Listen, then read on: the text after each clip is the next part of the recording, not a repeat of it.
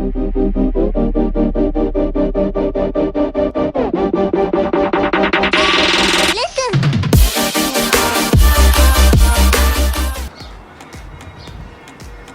guys, what's up? We're out here again. Guess what? We're working on the 180SX. I feel like we always are. Yeah, well, this is the project, so we're gonna be working on this. So today, we're gonna cut this sumbitch up. Got some overfenders for it, and these are the only wheels that I currently have that fit on the car because the fitment's so weak. And these are like 8.5 plus 35, and they barely fit under these weak quarter panels because I'm almost at, I think I'm at 0 camber ish. But yeah, we got overfenders. We're gonna mock them up on the car. We're gonna chop the car. We're gonna do all the riveting, all that stuff. We're gonna get these puppies on, and we're gonna put a fat wheel on here because we don't, none of that skinny stuff. I'm gonna go get these overfenders. I'll show you what I'm working with, and then we're just gonna wing it because we always do. So the funny story about these is I don't even think I had the car in my possession yet, and I was already looking for stuff on OfferUp for these. I found these bad boys. I think I found them for like 150 and offered them like 140, and they live like a mile away from my house. So they're called the Extreme Dimensions GPRs, and these GPR because this is like a GTR style overfender. So yeah, I got them for a bargain, and I'm gonna put them on my car.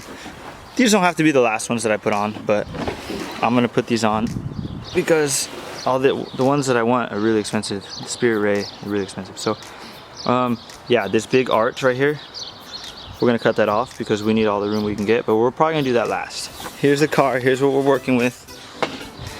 18 by 8.5 XXR 006 Johns from the past. These are on my i300 like 7 years ago. Maybe 8. Yeah, probably 8. But look, it barely clears these things. So we're gonna cut it. We're gonna make a radius right here. We're just gonna go like this, probably up to the body line. Cut it off. What I'm gonna do is I'm just gonna draw my radius line, kind of where I think the wheel's gonna hit. Because think about it. If you wanna go low, you're gonna have to account for that. I wanna go about, I don't know, 3/4 of an inch lower. So I'm gonna be tucking maybe this much. So I wanna cut it to at least this body line. So, sorry car, we're gonna try to do something like this.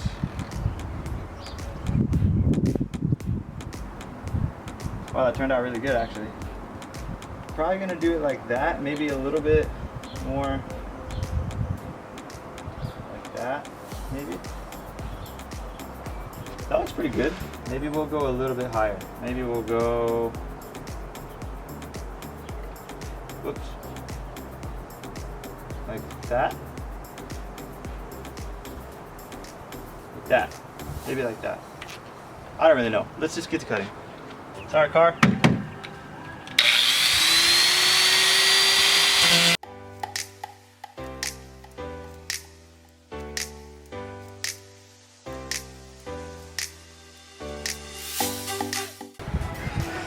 Okay guys, I'm pretty surprised that I did this so well, except if you guys are watching this video and you're gonna do this to your car, do me a favor, make sure your harness is out of the way, because mine was sitting right where my blade was cutting and I chopped half the fucking harness. So don't be like me guys, go inside of your car, take your interior panels out, make sure your harness is out of the way so you don't cut it in half like I did. Now I have to pull the harness out and resolder all these wires I just cut. So I thought this was going really smooth until I just seen these wires all hanging out. Oh, and also I cut my trunk latch. So guys, I cannot stress this enough. Don't be dumb like me, make sure everything's out of the way. So now I gotta go find a trunk latch and I have a lot of soldering to do. Okay, besides the fact we now got our radius line, now what we gotta do, make a few relief cuts in this this under piece. We're gonna make some relief cuts, we're gonna fold them up to the body line, and then we're gonna weld it. So make sure when you're cutting this quarter panel, don't shove the angle grinder all the way in there, because then you might cut this too, and then you kind of fucked yourself and you're gonna get smoke in your cabin. And now we have a nice clean piece we can cut and fold it up so we can weld keep the smoke out of the cabin, and then when we're done, we're gonna put some seam sealer on it and then spray some paint on it so it doesn't rust. So it's going good so far. I made the relief cuts. I might need to make them a little bit bigger. I just don't want to make them too big. So we're gonna start hammering it up. We need both ends to meet so we can weld them. And then the relief cuts are so we can kind of bend it up without ripping the metal.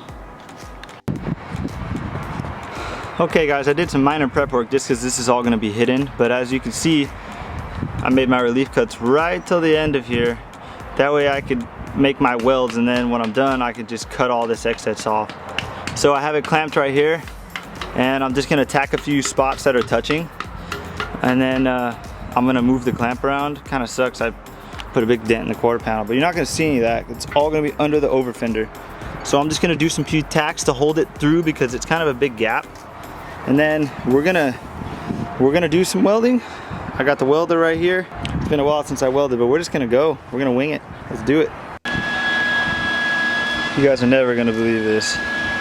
So I have an argon tank right here, or CO2 and argon. And the last time I used it, like, I don't know, 2 weeks ago, I left it on and all of the air somehow leaked out of the tank. So I have this CO2 tank, no argon, it's just a backup. So I'm just gonna have to weld with this. The welds are gonna be shitty, but whatever. I already got a few tacks on here so I can start moving these clamps around. But that's just how it's gonna be. I messed up.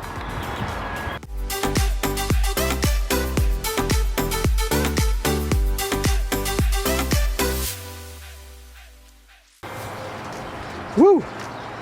That actually turned out a lot better than I expected it to. Kind of sucks because they were hard to pinch together, and I put a C-clamp here and I dented the quarter panel pretty bad. But the cool thing about Overfenders is it's gonna cover all of that. So what I made sure is I covered as much of the holes that go inside the cabin as possible. And then what I did, because my welds are 100% popcorn, I just took a grinder, grinded everything down, and then there's a few more big holes that I saw that I kind of patched up with the welder. And then I grinded the bottom flat. If your wheel does ever hit it, you're gonna have a problem. So I did all that, and then what I got here, I had this in my cabinet when I was doing my right-hand drive conversion, brushable seam sealer. So technically you have a new seam here, so you want to brush it on. It's good enough for a drift car. See, there's a few holes there. The seam sealer will take care of all of that. So I'm gonna put some of this stuff on it, and then I'm gonna let it dry overnight because the sun's just about to go down. So let's get this stuff on. I've been winging it a lot lately, and let me tell you, I do a pretty dang good job when I wing it. So this is one side just about officially done. I haven't done the other side yet.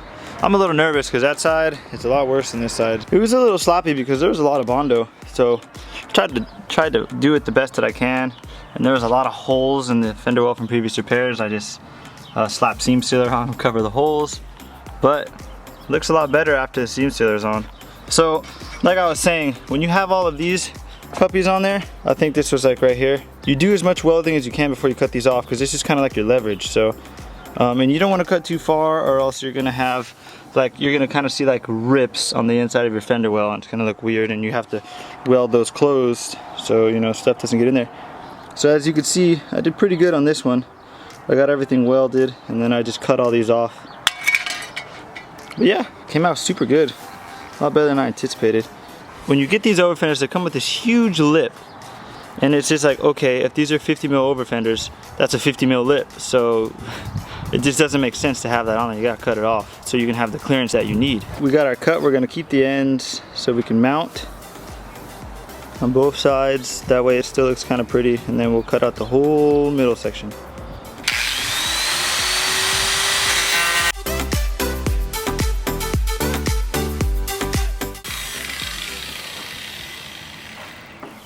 We got these overfenders mocked up, and I've just been sitting here staring at them. They look pretty good, but they don't fit the best. The main thing I was following is, you see those little lines on the bottom? It's mainly following those. Here's the stock one right here, and I wanted to make sure that it fit in there. Because I mean, that's kind of like where it's supposed to go. Like up here, the line's like almost to the window, and then as you get back here, it's closer to the window. Pretty flush with back here.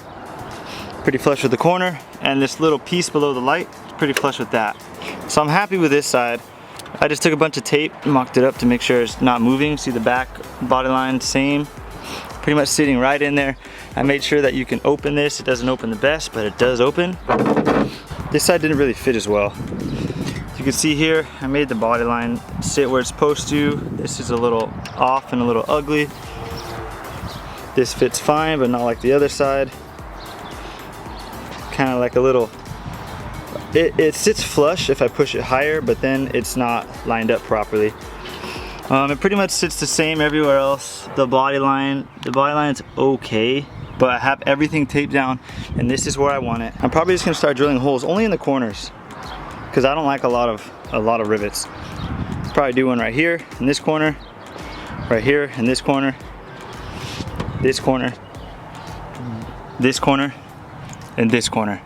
We're just gonna do that for now, and then we'll deal with that gap later.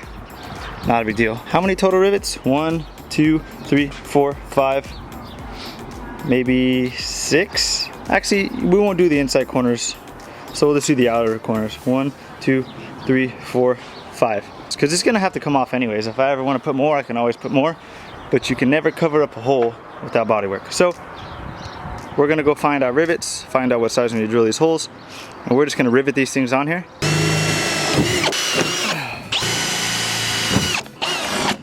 And just like that, guys, she's all back together. Overfendered out.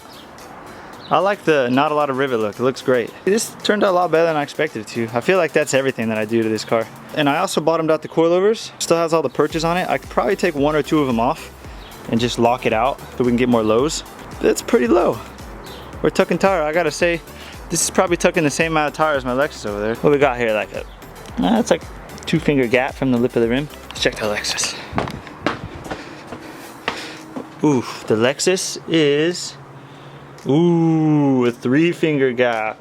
So this girl right here is officially lower than the Lex. And I'd say these wheels fit pretty good. They could use a spacer.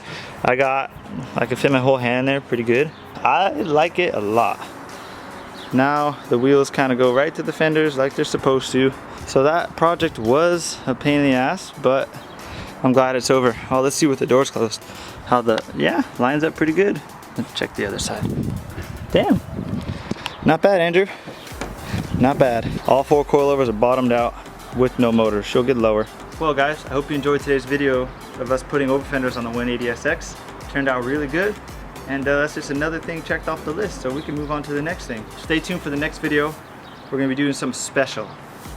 Something special that's gonna give this old girl some soul. So yeah, thanks for tuning in, guys. This is Ice 300 Garza from Slightly Modified. I'm out. Peace.